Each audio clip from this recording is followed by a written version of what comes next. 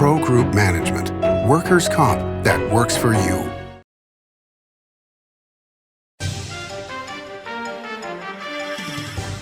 Welcome to Nevada Newsmakers. On the broadcast today, State Senator Pete Goicoechea, a 20-year veteran, here for the whole show on an all-new Nevada Newsmakers.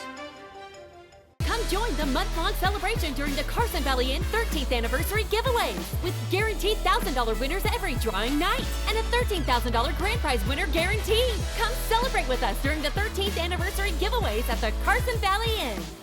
Compassion Dental is the only free dental clinic for uninsured adults in Northern Nevada. You're invited to celebrate the expansion of Compassion on Thursday, April 6th, 5:15 p.m. at South 40 Restaurant in the Double Diamond area. For more information and to RSVP, go to compassiondental.org.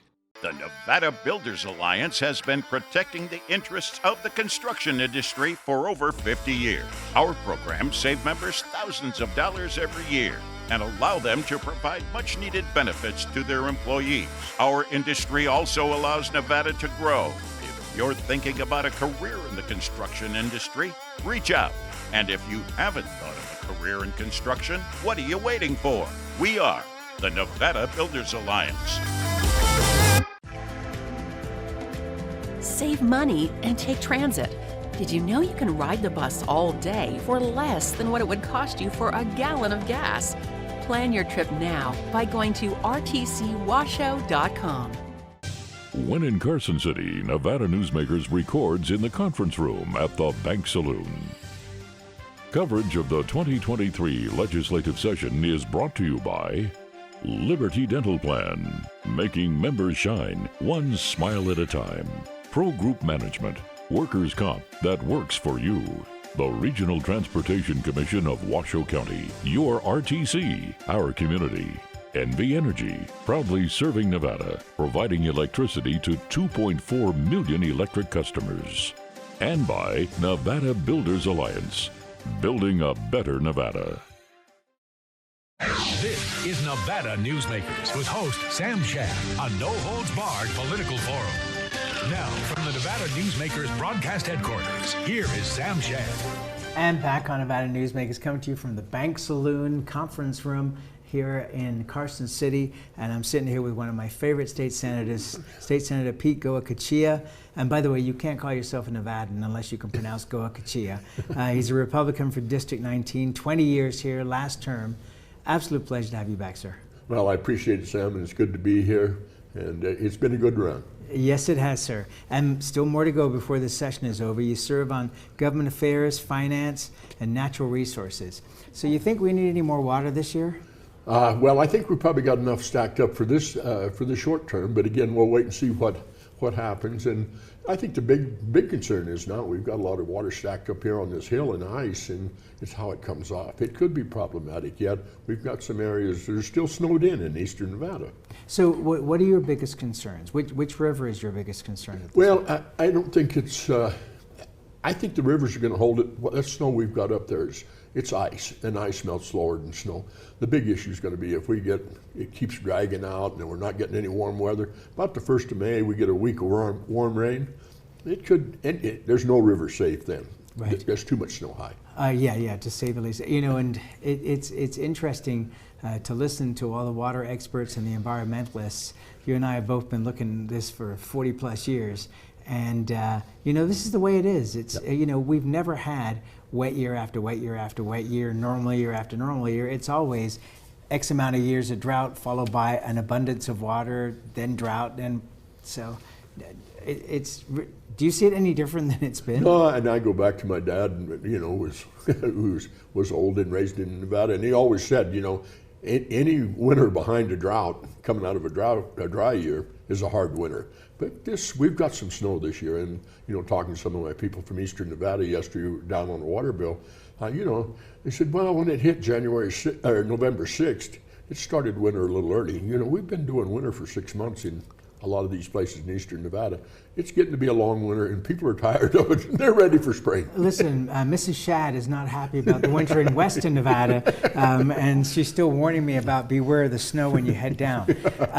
All right, so interesting time for Fernley and Fallon because that canal is cut off at this point, right? Yeah, and I, you know, had that conversation with Ernie Shank and some of those guys out of Fallon, and I said, boy, you guys saying you're going to dry this up for 18 months, not take any water out of the Truckee, and at that point, you know, Lahontan wasn't looking good. You know, it was empty, and but you know, they said, oh no, we took a chance. We figured we were due for a wet year.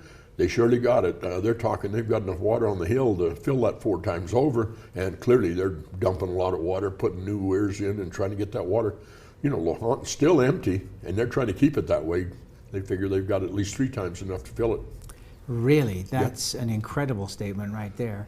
And the good news for Fernley is that their concerns about the canal being lined, which they've been concerned about forever, they can replenish the groundwater this year with what's coming down. Right, and I hope, and I know they've got some litigation going on in Fernley there as well, and it is going to be problematic with the recharging that farm district and those shallower wells.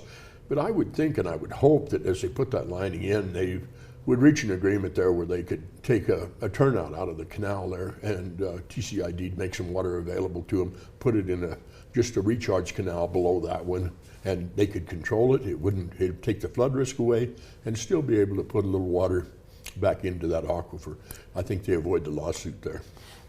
What about Walker Lake? I mean, is Walker Lake going to come up this Well, year? yeah, I think they're talking. What I've seen some projections, 5 to 11 feet, depending on how much gets down there. Really? It's going to come up.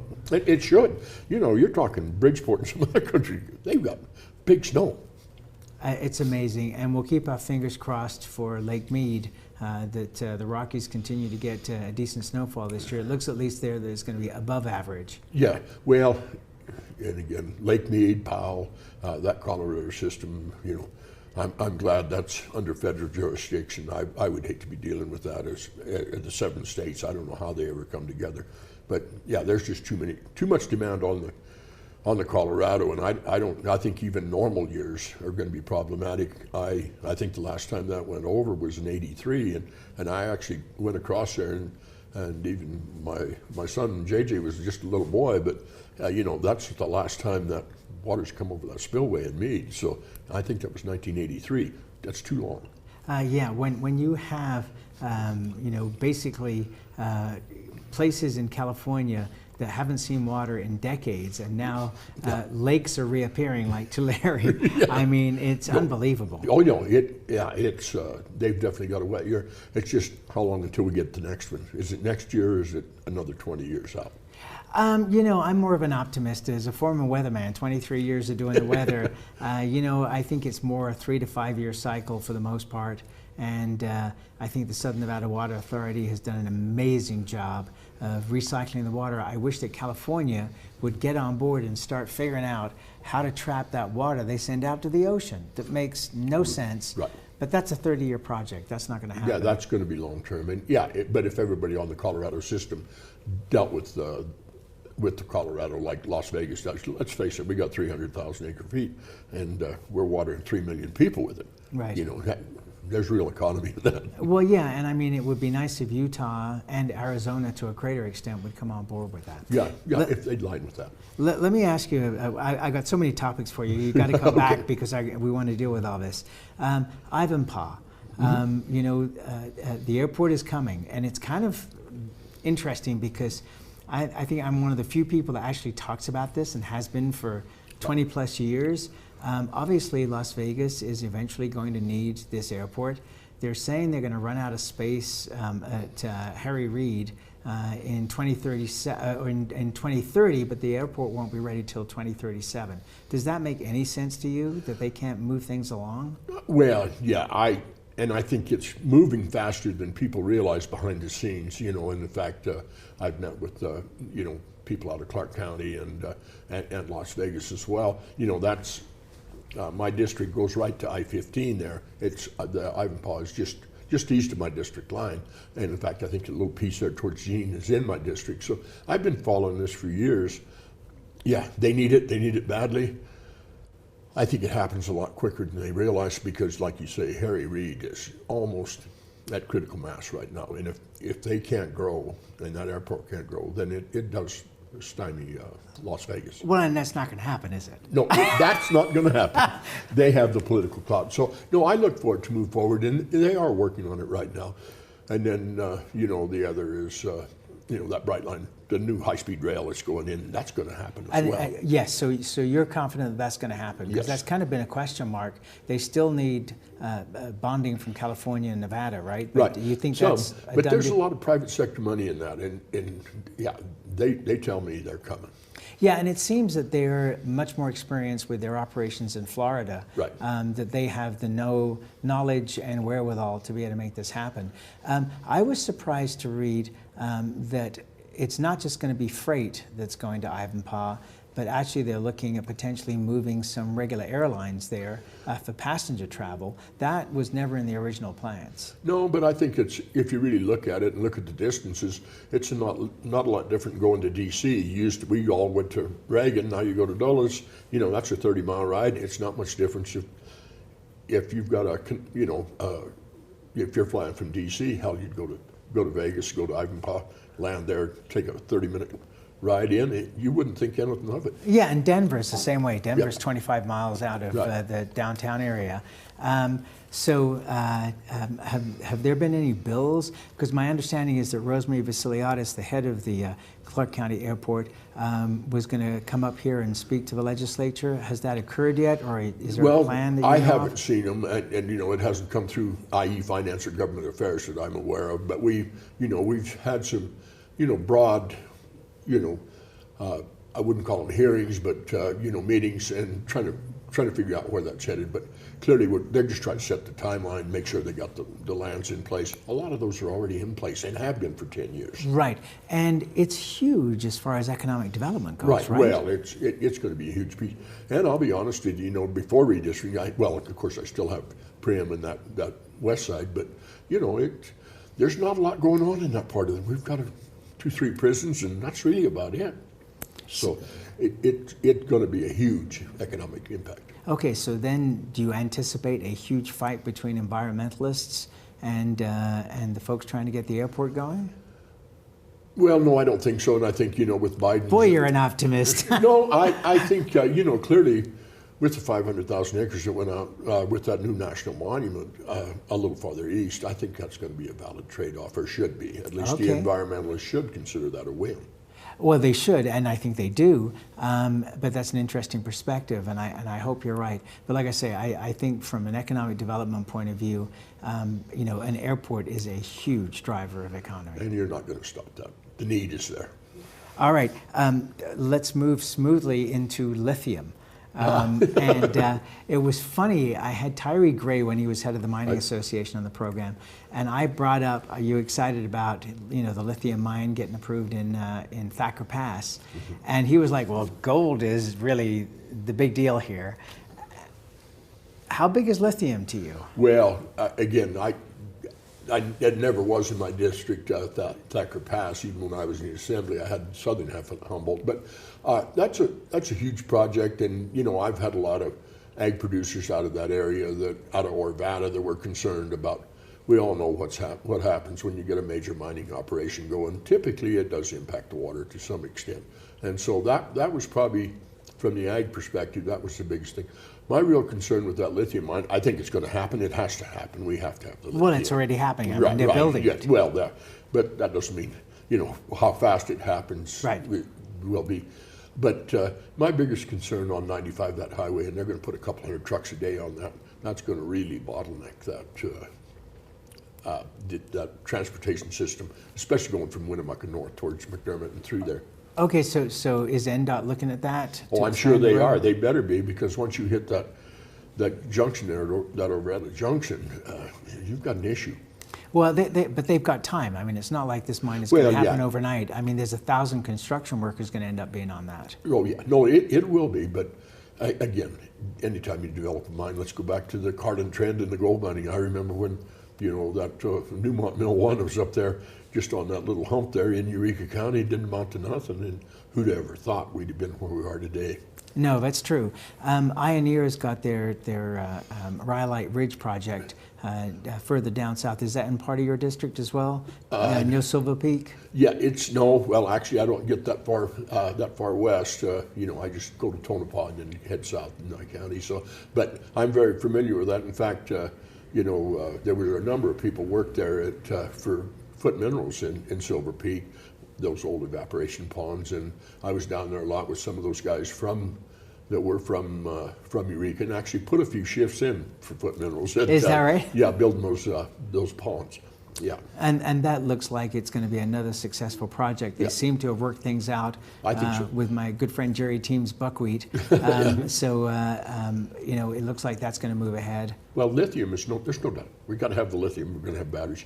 That's my concern with Thacker Pass and whatever is, unfortunately it looks like that product is going to be produced here and ultimately exported to China, and that is an issue. Oh, okay, so because right now we're buying lithium from China, and you think eventually it's going to get exported? I mean, that's become a big national security issue. I think Right. One of the reasons why this has moved forward, and I don't want to say any federal judges have had that in the back of their mind, but it's an issue of national security. Right. And talking to GoEd, I mean, we've got end to end from, getting the lithium out of the ground to recycling. I mean, We it's a can do it, fantastic yeah. business here. But I think that, Thacker Pass, I think a lot of that money is foreign money at this point. But if you're mining and it is here, there's always the opportunity to keep it here. Okay, well, It's better than trying to import it on an open market. I will be talking to my good friend Tim Crowley, and we'll get information on that. Let's take a break. More with Pete Goicoechea right after this timeout.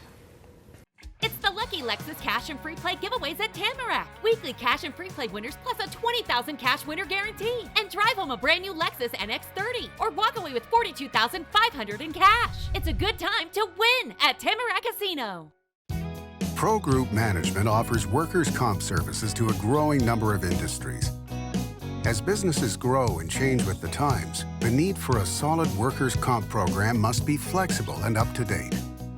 The evolving nature of regulations can make staying ahead of complex tasks challenging.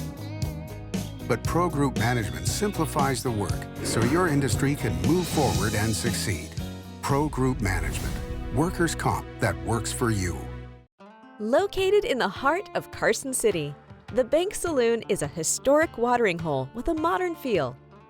With a variety of classic cocktails featuring Nevada spirits, space for private events, conferences, and an incredible atmosphere, the Bank Saloon offers a great location to work and play. Come visit us. Located at the corner of 5th and Carson, we'll save you a drink. Big R in Sparks is located on Bering Boulevard next to Smith's and across from Reed High School.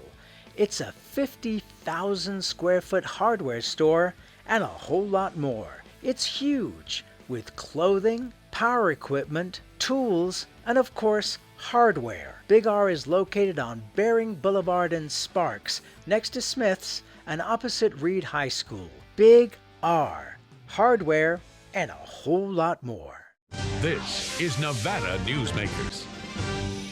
And back on Nevada Newsmakers, we continue our conversation with State Senator Pete Goicoechea. He's a Republican of District 19. So is the battle over gas over now that the governor has pretty much said we're going to use all different kinds of energies?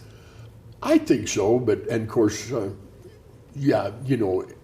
that is truly driven by the federal agenda. And unfortunately, I would love to see, we do have, resources in this state that we should be drilling and looking at. And I think it's going to take a little change in Washington before we really see it get leveled back down. But no, I agree. We see a lot of renewable energy projects on the board, whether it's wind, solar, and in my mind, and of course we see the new Green Link line coming across from Robinson to Fort Churchill.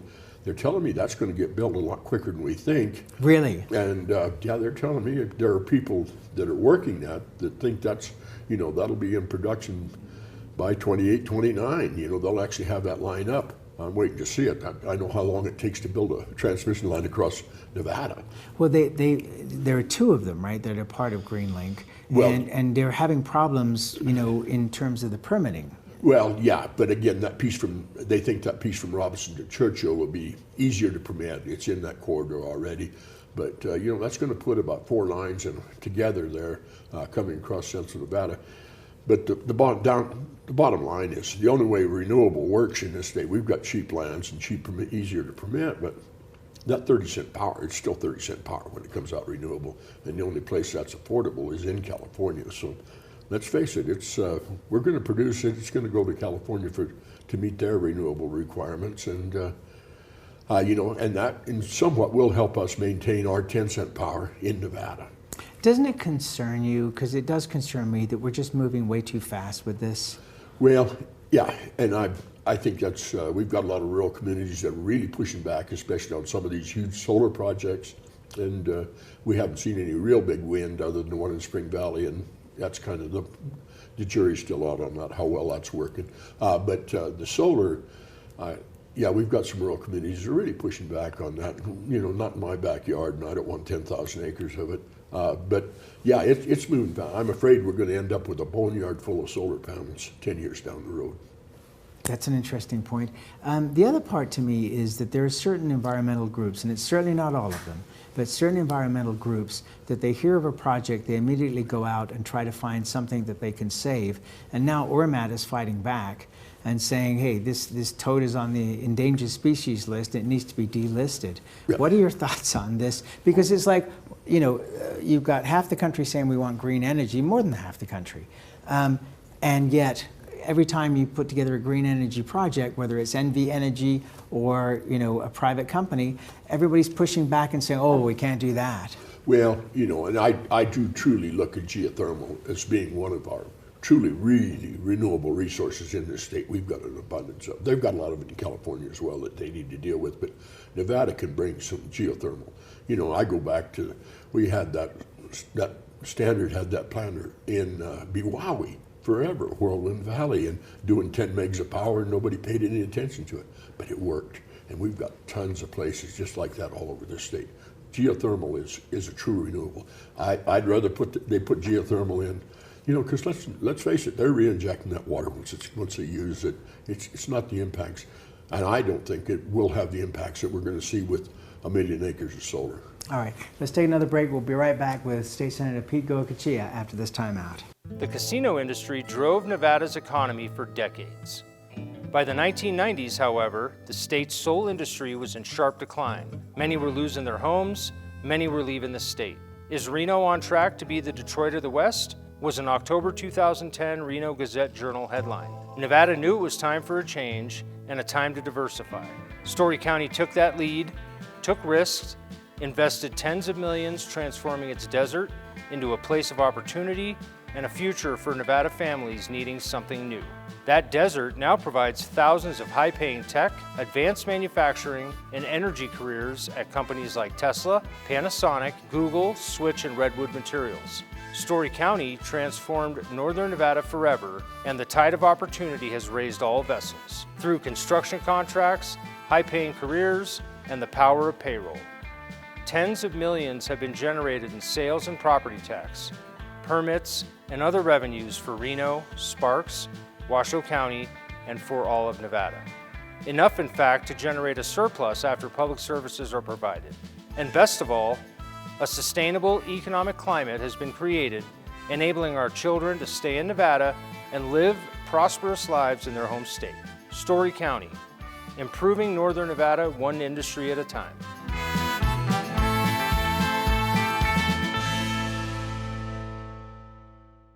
As you know, Reno is booming. Toll's development company is helping it grow with insightful design and development, building community with every project, adding beauty, adding excitement, emphasizing our shared humanity.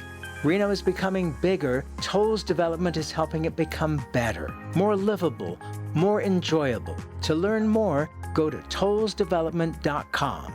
tollsdevelopment.com. This is Nevada Newsmakers. And back on Nevada Newsmakers, we continue our conversation with State Senator Pete Goicoechea.